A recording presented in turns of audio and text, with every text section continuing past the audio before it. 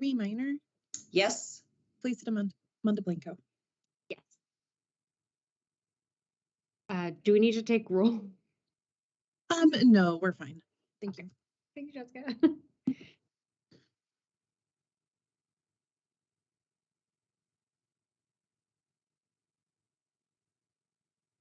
Whoops, Felicita, you're on mute now. It's contagious. I'm sorry. Okay, collect myself. I think the next item is action resulting from executive session. Do we have any action resulting from executive session? Yes, this is Alfredo. I move that the Board of Directors authorize the acquisition of land in the southwest quadrant of the district for the price discussed in executive session, subject to the standard due diligence review and approval by the general manager. Is there a second? This is Heidi. I second. Thank you, Heidi. Jessica, will you take a roll, please? Barbie Minor, Here. Yes. Heidi Edwards, Yes, yes. Alfredo Moreno, Yes. Felicita Mondablanco. Yes. Wow, it's all contagious now. Okay, what a night, y'all. Next up, we have a proclamation for Black History Month. And I'm going to open up that. Whereas THPRD is committed to eliminating the historical inequities of systemic racism and ensuring that people of color have the opportunity to play, learn, and enjoy park and recreation facilities, programs and services, and natural areas. And whereas THPRD is dedicated to removing barriers to participation and fostering an inclusive culture. And whereas Black communities have made and continue to make valuable contributions in the history of our nation's economic, cultural, spiritual, and political development. And whereas the Black community in the United States has been the target of systematic institutional racism, discrimination, exclusion, and violence based on identity, which stands in contrast with our core values. And whereas Black History Month calls our attention to the need to recognize and lay the foundation toward actively eliminating systemic racism, racial disparities, and oppression to build a community in which we all experience a full sense of belonging and respect for human dignity. And whereas the THPRD Board of Directors has affirmed addressing racial equity as a core THPRD value. And whereas Black History Month is a time to celebrate the successes, to reflect upon ongoing challenges of the Black communities, and look to the future to ensure solidarity, to work to advance equity and racial justice, and cultivate inclusiveness. now, therefore, the Tualatin Hills Park and Recreation District does hereby declare the month of February 2023 as Black History Month, and do urge all those in the Tualatin Hills Park and Recreation District to support and promote this observance. thank you, team. And I wanted to highlight some of the wonderful work that the district has been doing to celebrate Black History Month and things that we have coming up. THPRD's Cultural Inclusion Program and the Garden Home Rec Center are hosting Beaverton-based filmmaker Drew Hawley on Saturday, February 18th at 12 o'clock as he shows his film Buffalo Soldiers, Fighting on Two Fronts. Drew will be speaking to viewers and answering questions after the screening. How fancy, it was great. The story of the Buffalo Soldiers involves historical complexities like race, class, power, colonialism, and Western expansion. Youth in the district's Thrive program are working on various arts and crafts activities and reading themed books during weekly story time honoring Black History Month.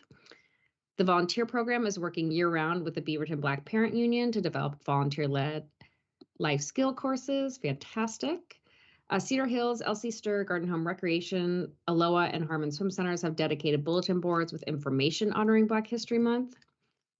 Garden Home Rec Center hosted the Black History 101 Mobile Museum on January 14th, partially funded with support dollars from our cultural inclusion budget with over 180 attendees. That's awesome. I didn't know that. This national touring event was free and patrons enjoyed both an exhibit and a lecture. Mobile Recreation Community Partners and the Communications Department participated with informational booths. Last one, Elsie Stir Center is hosting Black History Month events during February. The Stir Center is highlighting Black Americans who broke barriers and opened doors in the world of fitness by offering free specialty classes every Tuesday through the month of February. Thank you, Team THPRD, for all that amazing work. Next on the agenda is audience time. My understanding is we have not received any requests for testimony or any written testimony, so I think we are moving right along. That's correct. Thank you. Board time. Who would like to share things that they have been working on, things they have been attending? I'll go ahead and jump in. So this past month, January, I can't believe it's February. Sorry, I had to think about what month we're in. This last month, had the pleasure of joining our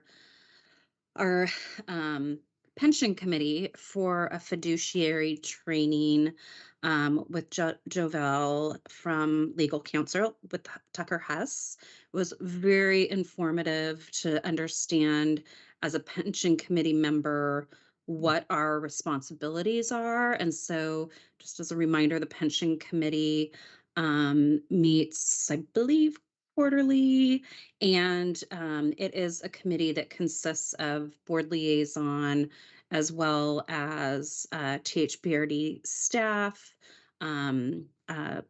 members from the Federation, the Union Labor Organization, as well as administration. So thank you, Joelle, if she's listening in, for the training. It was very, very helpful just to be able to understand what our role is in that committee and how we can continue to improve and do better with the work we do. So aside from that, it's been a little bit of getting out when the weather is nice, but that's my update for the day. Thank you, Heidi. Barbie? Sure.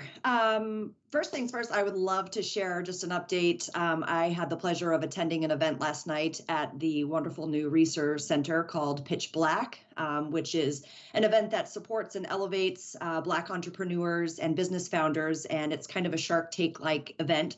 Full disclosure, my husband had the opportunity to present, so of course I was definitely biased, but I tell you what, it was an incredible evening to be in community, to be in this new beautiful theater, and to see all of the Black excellence on stage. And the timing, of course, with our naming of the proclamation and whatnot was just a really incredible evening. And I think to the point of THPRD's work with the Beaverton Black Parent Union, they also pitched. So it was just wonderful centering the community and again, elevating those voices.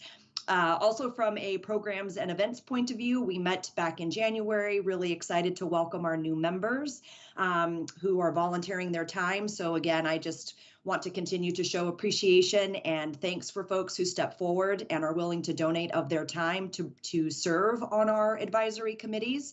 We'll be meeting again this month and talking through ideas and programming plans for the rest of the year. But more to come on that as we get together, but excited to welcome the new folks to the crew. And that's my update. Thank you, Barbie. Alfredo?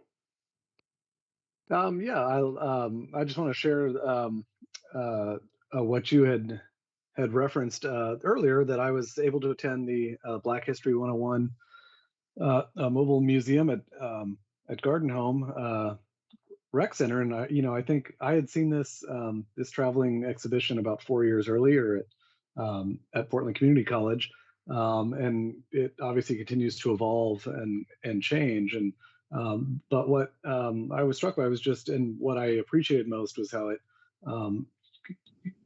showed that THPRD, while of course we're grounded in parks, nature, recreation, and everything that's at the core of what we do. We truly are a community organization that brings people together to kind of learn and be exposed to different things. And so I think sometimes our role as a community convener is a little underrated. And so I'm really really glad to see the staff kind of leaning into that to kind of bring, you know, exhibitions like this that kind of that highlight a certain part of our community, and allows people to be exposed to, you know, to new things and sometimes uncomfortable things, but important things.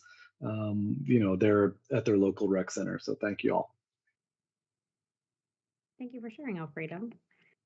I feel like I'm bumping into y'all at various things, which is great. I know things are just like busy and overwhelming. Pitch Black was wonderful. I of course have so many ideas that I want THPRD to just jump on, but that's not how we do things here, and I understand that. That's not nice. I did forward one of the pitches to Doug because one of the presenters talked about an app that she had designed focused on helping the Black and Brown community camp and engage in the outdoors, and it's really cool. And so, anyways, I think there may be an opportunity for the district to connect with her and learn from her brilliance and maybe a program. I don't know, just throwing out ideas. And then I'll never talk about it again. Thank you. And then I know several of us were at an event that Tia has been working really hard on around the Children's Museum. And it's just so cool. And it's so fun to see all these parents hustle and work on this project. And they're setting up their goal is to create a food cart mobile exhibit that kiddos can interact with, which I love that idea. That's so cute. I don't know if they'll be ready in time for like Big Truck Day or another one of our events, but you know, hopefully they can.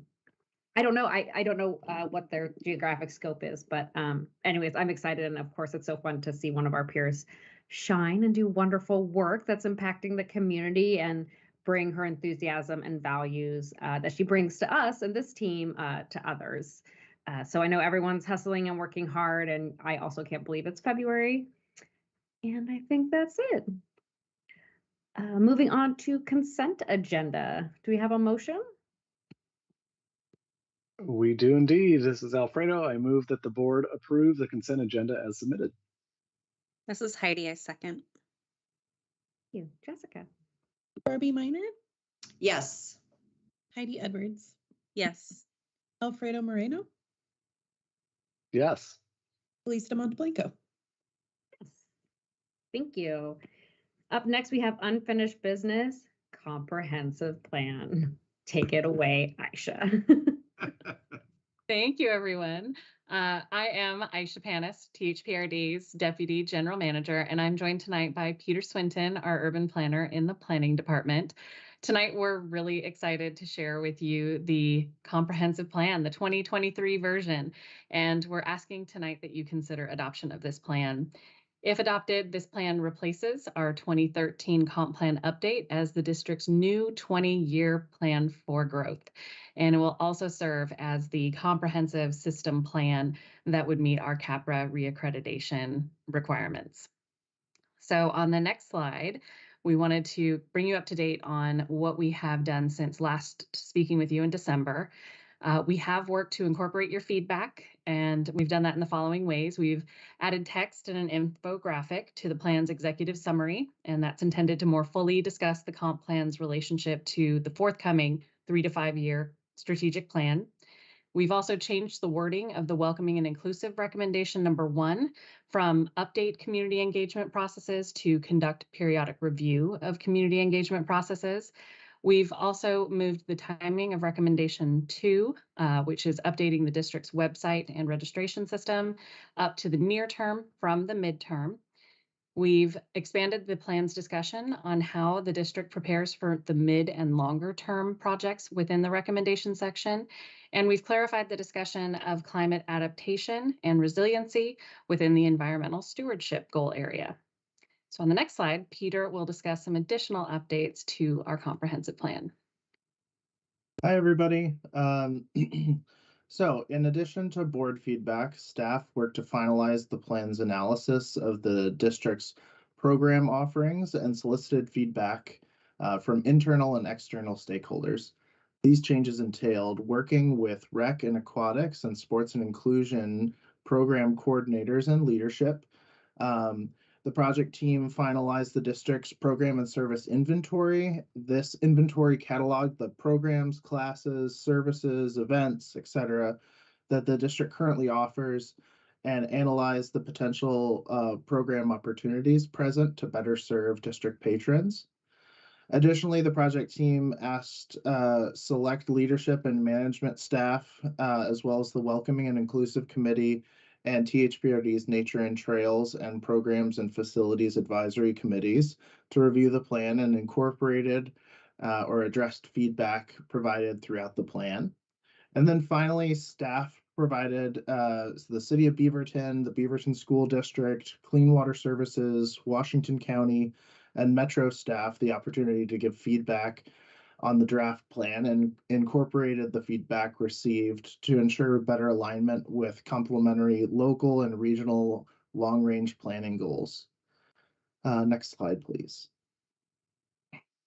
And finally, we'd like to say thank you. We've taken time on your agenda several meetings over the past year, and we really appreciate your feedback and the guidance you've provided.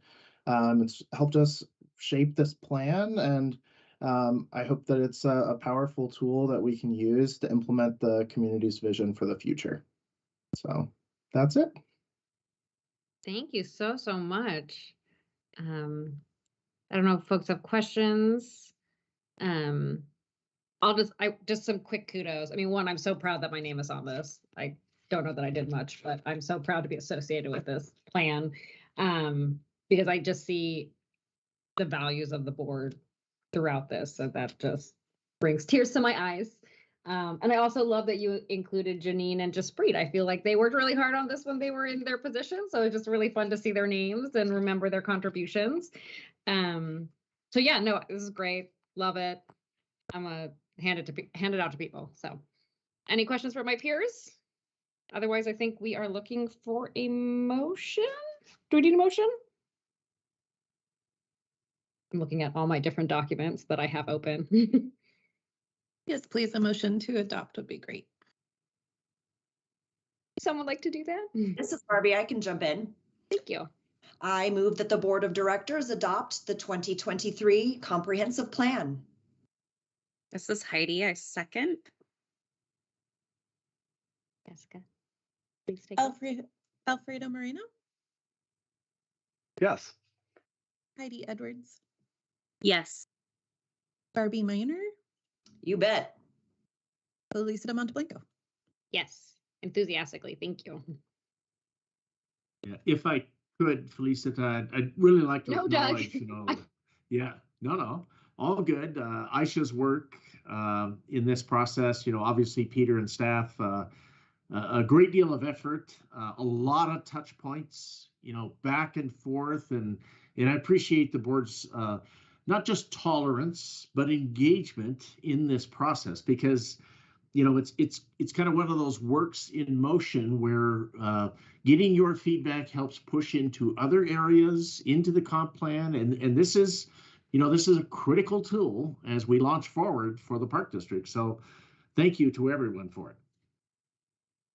Thank you for being the captain of the ship, Doug. Next up, we have General Manager's report. All right, I think Holly's going to do some intros. Fantastic. Good evening, board members. My name is Holly Thompson, and I'm your Communications Director. It is my pleasure this evening to present to you and welcome someone that you know well in a very new role for the district. Lulu Ballesteros recently competed and was selected as the district's first Equity and Engagement Manager. Yay! We are so happy to see Lulu in this new role. And I am also standing in for Karen Madsen, who, if you know Karen, she has laryngitis and can't speak this evening. So imagine all of Karen's energy trapped without a voice. Karen is also in a new role. In the class comp study, we identified Karen's position as being better placed in supervision. So she is now our community events supervisor. So I will do my best to represent for Karen. But it is my pleasure to kick this presentation off and to share a little bit about the work Lulu and Karen are leading for the district, among many other people. This work is done in cooperation with the Rec Division and many staff throughout the Rec Division that you will hear about through tonight's presentation. As you know, we've been very intentional on our approach to community events, really trying to shift our approach to being more about working in partnership, in lockstep with cultural groups, with community-based organizations to co-produce events. For us, that means working in conjunction with these groups from the dream stage, the idea stage, to the figuring out how to do it stage, every step of the way, so that the events that we are so privileged to bring to the community are truly reflective and designed and built by the communities that we're trying to serve. So with that, Lulu, please take it away. Good evening, everybody. Lulu Ballesteros, Equity and Engagement Manager. And next slide, please. Yes. So cultural inclusion events. So as Holly was saying, these partnerships are through co-produced events and activities. It looks like sponsorships or support to CBOs, maybe community-led projects. They vary. It's also very important, I think, to highlight that THPRD has maintained existing partnerships, but we've also connected with new groups and CBOs. We have so many examples to share. We're gonna select two for tonight. We have a new partnership this year with the Oregon Chinese Coalition alongside with the Hope Chinese Charter School. They are organizing and co-producing with us a Spring Chinese Festival event to be held on Saturday, May 6th at the Jenkins Estate. Planning is underway. It will include dance, musical performances, art showcases, vendors, food, public outreach, and education. We hope to make this an annual event that will grow to a full weekend of festivities. In partners and THPRD, we have been talking. We want to add more CBOs to this same event. Another great example is the Tianguistli or Tianguis. It's a cultural market. It's the second year that we will be hosting this and co-producing. It will be held on July 15 at Schiffler Park. Highlights, we will have vendors, arts and craft, dance, music, family activities, and food. So there's many upcoming events and activities. I would say keep an eye on the district calendar to keep up with everything that's coming up. On the next slide, please. So we have in cultural inclusion, we have also activities. So co-production is not only for one-day events, it can go beyond that. So it can look like an ongoing project. Let's say we have an upcoming Mayan art exhibition happening soon in a THPRD center. It could be a class or a workshop. We have a Copal and Clay workshop with a group called Corazon, also happening at a THPRD center. Or as we were mentioning before, Buffalo Soldiers, we have a screening that's happening on February 18th. The list goes on and on. In our next slide, Holly will share about community events. So on this side, you can see that we have a long history of working on with many organizations throughout the community on community events. You're very familiar with the Cider Mill Fest, the events we do around Veterans Day, Memorial Day, activities that we do with the city of Beaverton around July 4th. And what we really wanted to highlight is we are maintaining those wonderful community events where we can. We're trying to add elements of cultural inclusion in them and spark new partnerships.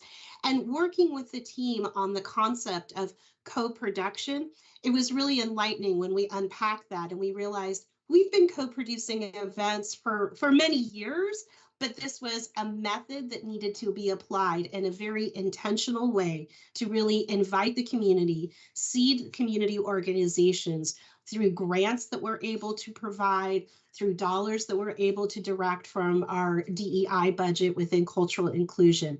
So we just wanted to send a message that we are continuing to do the amazing, great events that we've done in the past, add these elements to it, and to just make that co-production roll forward in new ways. Next slide, please. So centers and programs. As Holly was saying, we're being very intentional with this work by looking for new avenues to best connect the partners that we're meeting with centers and programs. So as we navigate the CBOs and partner requests to participate, we have been sharing these opportunities with those centers and programs for them to co-produce activities, to nurture new partnerships, or just bring in new partners and activities to their spaces. And of course, also centers and programs have their own ongoing partnerships and connections. They're also nurturing new partnerships. A few examples of what has been going on, and it has been very exciting at different centers. We just had the Taiko Drums. It was a concert by Takumi Kato. This was led by Katie Hirota, a staff member from the LC Store Center. She brought this magnificent artist to Garden Home in Cedar Hills. We also just heard about the Black History 101 Mobile Museum that was led by Rita Salmo from the Tennis Center. She brought it to Garden Home, and of course we know Marhaba and many other wonderful projects that she leads. We also have the Black and Green Fellowship with Hannah Dornhofer.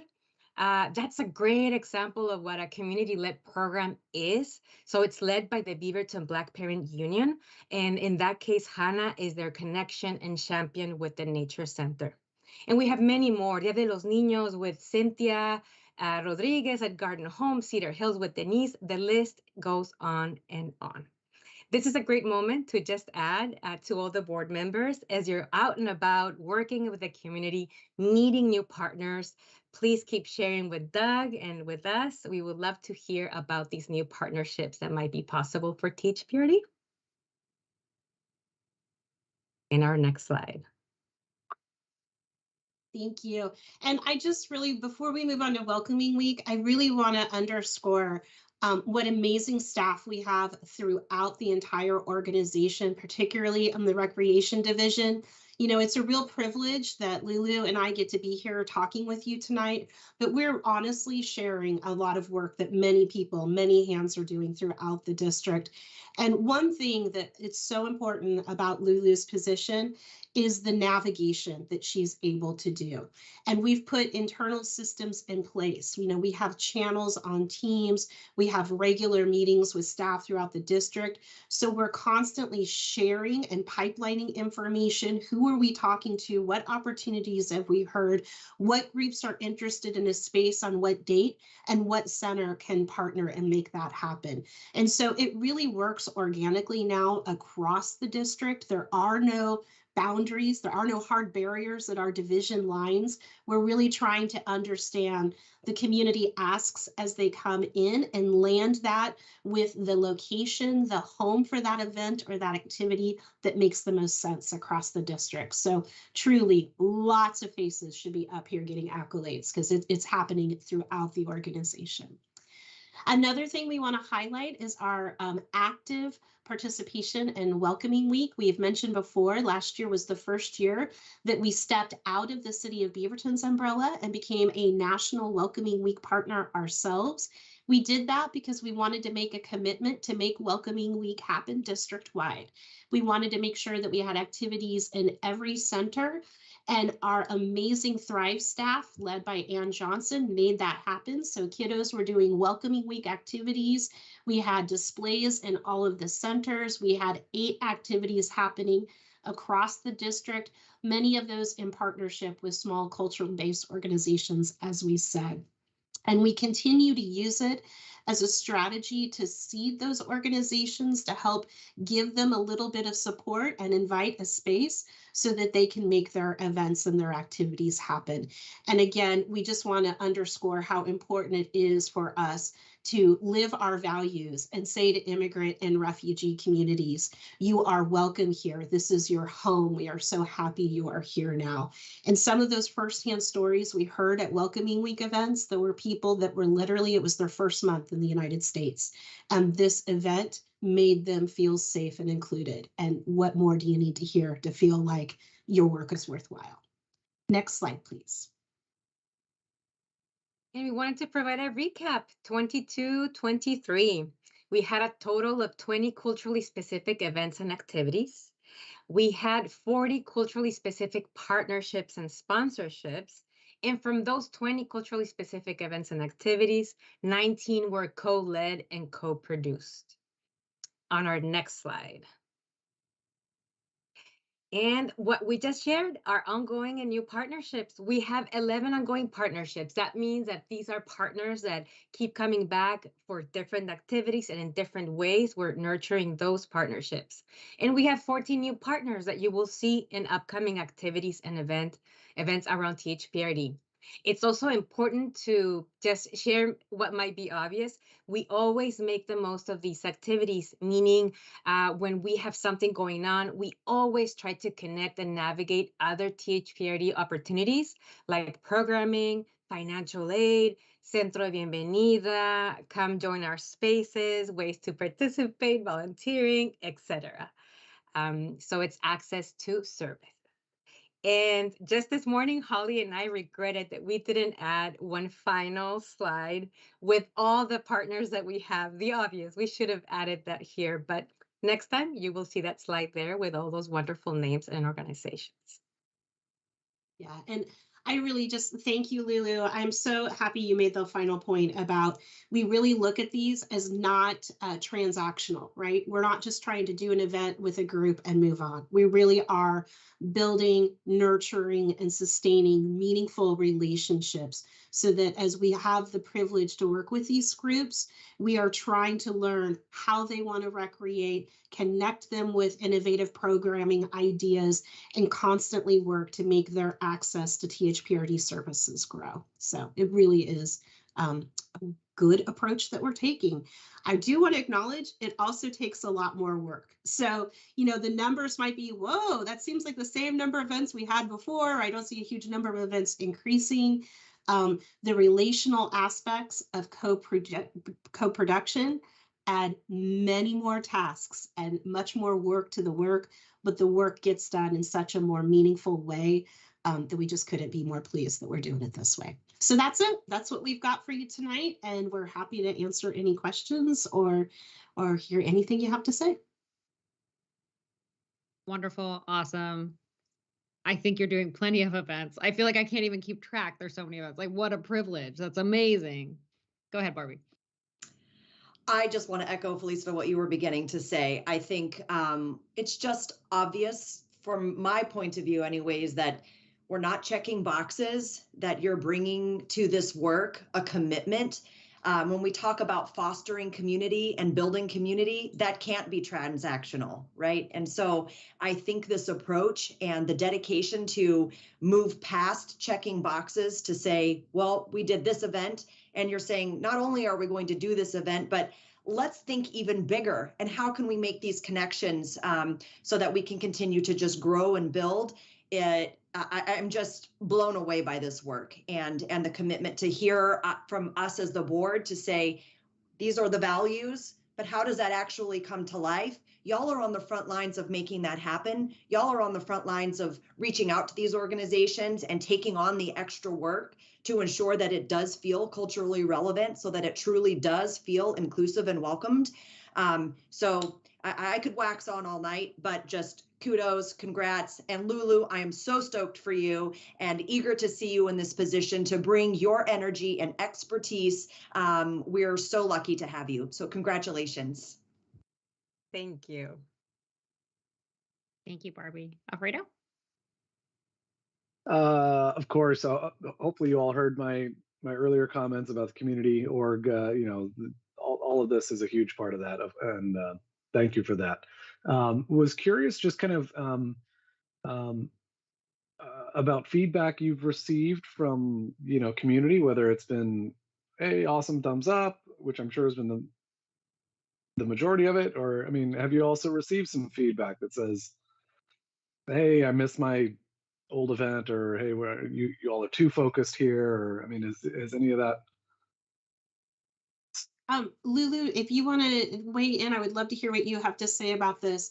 I think the answer is 99.9% overwhelmingly positive. People love the direction. The partners that we're working with really appreciate the direction. The participants really are having a lot more fun at these events. You know, I remember the days, and I've got gray hair, so I remember the days when government put up an event targeted to a community, didn't work directly with the community, and didn't understand why people didn't love the event, or we weren't aware of how culturally unrelevant we were, right? So this approach is so much better. In terms of missing old events, there are people who still say grooving in the grass, party in the park. We hear those. It's hard for me to want to go back to a model where we do some big giant event like that, because it takes so much of our budget and it diminishes our ability. It's really a trade-off. You can choose one giant event like that, or you could do 15 other events that are really awesome. So we're making the decision to do more, to spread them out. We're targeting to make them kind of smaller bite sizes. And I think it's really paying off. And again, it's 99.9% positive. But we do talk about this when we think about summer. It's why we've kept the summer concert series going. But then we look at how do we add more cultural elements to that? How do we make the musical selection, the talent selection more reflective of the community as a whole? So we're trying to get the best of both worlds. Lulu, I don't know if there's anything you want to add. I'm gonna piggyback on that. You just said it perfectly. Yeah, no, that's great, and I sure appreciate that. And then my final comment would be, just because I'm working on this during my day job, is I would be curious just about like what sort of data or things that you're the quantitative info about the events, but also the partnerships and satisfaction and all of that. That's something I can visit with y'all offline about. But yeah, just kind of exploring that so we can see some of the as this new strategy kind of layers of more of the neighborhood events and the smaller events. I would just love to see some of the if there's some if there's some quantitative touch points we have that we can say, hey, look, here's where we were. So that's it. Awesome. Yeah. Feels like the Lulu fan club, and I'm here for it. This is great. This is so exciting. I love it all. What everyone else has said, and as someone who's always worked in the nonprofit sector, and so I know a lot of these are CBOs that are small and scrappy, and some of them, were developed during the pandemic as a direct result of their population not being prioritized. I love the intention. I love the thoughtfulness. I think a lot about the ripple effects of our work, the things that you can't collect, and just like what it means to increase the capacity of that organization is really amazing, because you're lending skills, you're lending expertise and relationships, and you can't quantify that necessarily. But we could think about like, where will these organizations be in 5 years as they've developed these skills with y'all's help, which is great. And they're going to get bigger and better in the ways that they want to, right? And forget us, that's fine. It's their journey. And I also just want to highlight kind of what Holly was saying, because I don't think it was this set of board members that really talked about, doing one giant event in the summer as an example. Like, that isn't serving our community as well as we want it to. The geographic scope of our district, the size of our district is much better served with smaller events, geographically targeted. So I think we made the right decision there. I think it makes perfect sense for how we're growing our priorities and values as an organization. So love all of this. Keep it up. Thank you. Heidi. Felista, could if I could, I want to say one thing to what you said, which is, we were talking about our knowledge transfer and what we're able to provide the partners that we work with. And while Vice that's versa true, too, huh? it goes both ways. It really goes both ways. And, you know, one of the things I want to say is we're government. So we have systemic barriers, right? Like our equity statement that the board adopted. We're about removing systemic barriers. And I want to give credit to our finance department because we have to go through contracting processes, and our standard contracting process was too cumbersome. So we were able to create a specific community-based partnership agreement that cut through 90% of the red tape we had to do in a traditional contracting process. So while we're also skill building and having to share maybe some regulatory things that we have to deal with, safety, health planning, other aspects, we're also getting a lot of knowledge about how to change our business practices to make us better partners in the future. We're also learning a lot of cultural agility and better service delivery. So it is a beautiful, beautiful shared learning experience. You know, one of the number one things I hear about, and I'm sure you hear about too, is these CBOs and like organizations that, you know, don't have nonprofit status, which is fine. It's a problematic model in the first place. The contracting is such a it's confusing. It's silly sometimes. Yeah. And so I'm already thinking like you guys need to present at like League of Cities or something, because that would be really, really helpful to jurisdictions across the state, if not the country. So I would love to see that personally. But that's awesome. And again, ripple effects. I love it. Heidi, sorry. No, that's great. And I mean, this is all really important conversation and the kudos all the way around. I'm sad that Karen's not here tonight. Super excited for both Lulu and Karen. I've seen you at work and in action, and I'm always so impressed. And I just want to give a shout out for Karen too. It does not surprise me that she has laryngitis. For seeing her and her energy at events. And I know I've had conversations with Karen at different events. And as an event planner myself, I'm always in awe of the work that is done because it is so multifaceted with the hundreds and hundreds of people that we are serving right now in so many different ways. So just very impressive. And this is coming from a former volunteer coordinator, an event planner, somebody who has to contract with folks. Like it's a lot of work. So good work, and congratulations, both of you, Lulu and Karen. Feel better, Karen. Okay. Great work. Thank you. Thank you. Keep it up. And we will try to keep tracking all these amazing events. Doug, is there more on the general manager's report? Doug is shaking his head no, but he is muted. So I'm going to go with SDCs. Yep, Gary's got it. I can read his thoughts, y'all. SDCs. Well, good evening, and thank you for having me tonight. I'm Gary Keck, the planning manager for the Park District, and tonight staff are requesting the Board of Directors approval of resolution number 2023-02, which is amending the system development charge 5-year capital improvement plan and approving its use for developing the fiscal year 23-24 budget. So next slide, please. So each year, staff, we update the 5-year SDC capital improvement plan, and we reevaluate the fiscal year project list. And the reason to complete the annual update is to ensure that the district's finance staff have accurate and up-to-date information as they develop the next fiscal year's budget.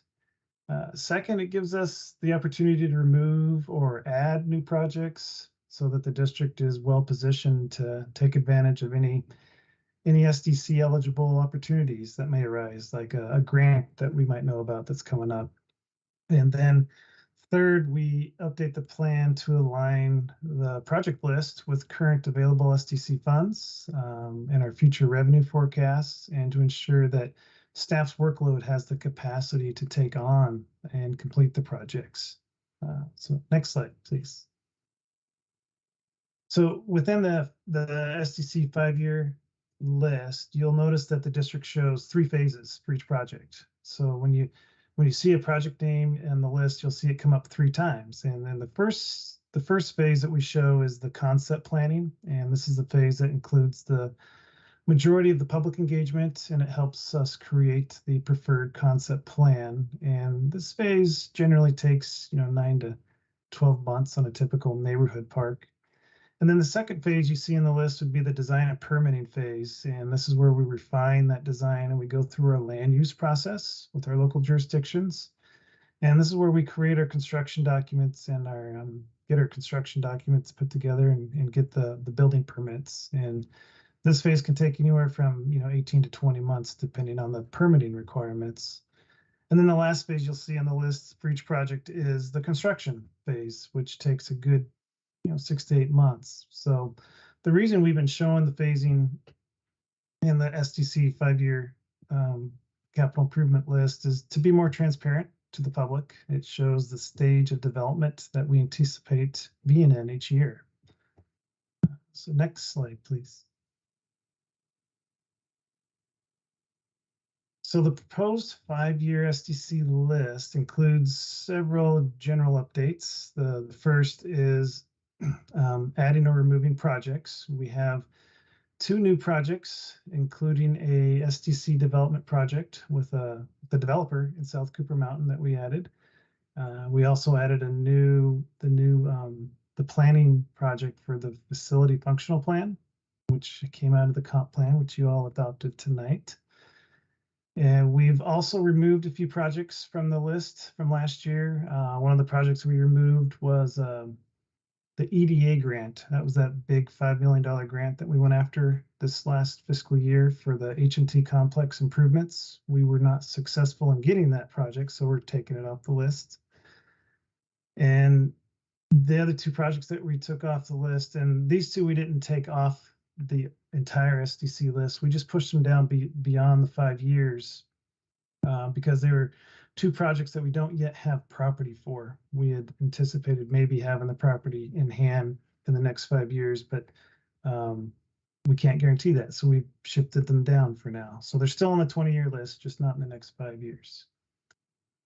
And another update was adding the 5th year to this year, which was the fiscal year 27-28. So we got a full 5-year look ahead. We also added in the affordable housing waivers this year up to the cap that the board's approved, and that's going to help us more accurately forecast revenue available. So that's been added in there. We updated project costs to reflect the inflationary impacts that we've seen in the industry that we've talked to you about quite a bit in the last year or 2. So we've updated those. And then we've also updated the revenue forecasts, and we've actually used historical data from the last 3 years of what we've been collecting to help us forecast for the near future. Another update that you'll notice on this one is the retirement of the Bonnie Slope West and the South Cooper Mountain overlay areas, where the most recent SDC methodology update removed that requirement where we had to spend a percentage of SDCs collected in these 2 areas in that area. So we decided to take that off several years ago. So we're updating the list to show that. And the last update is, like I mentioned, the refinement of the anticipated project sequencing. And a lot of this is reflective of what our staff capacity has. We've got a bunch of projects coming in from the 2019 Metro Bond, the local share, which has moved onto our project list. So our staff are starting to work on those. We have 4 of those projects. And then, as you all know, we were recently awarded a couple of pretty big trail projects and grants, which our staff will be working on those as well. So we've shifted down some SDC work to accommodate that. So next slide. Yeah, thank you. So as mentioned earlier, staff are seeking the board of directors approval of the resolution 2023-02. And it's amending this SDC 5-year capital improvement plan list and then approving us to use it for developing the 23-24 budget. that concludes my presentation. I'd be happy to answer any questions that you may have. Thank you, Gary. Any questions?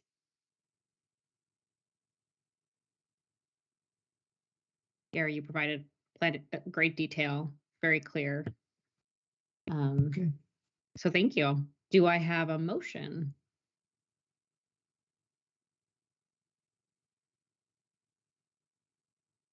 I feel like people are trying to go off trying to unmute themselves. I can make a motion. I would move that the Board of Directors approve resolution number 2023-02, amending the district's 5-year SDC CIP and approving its use in developing the fiscal year 2023-24 budget. This is Barbie. I'll second. Thank you. Jessica? Heidi Edward.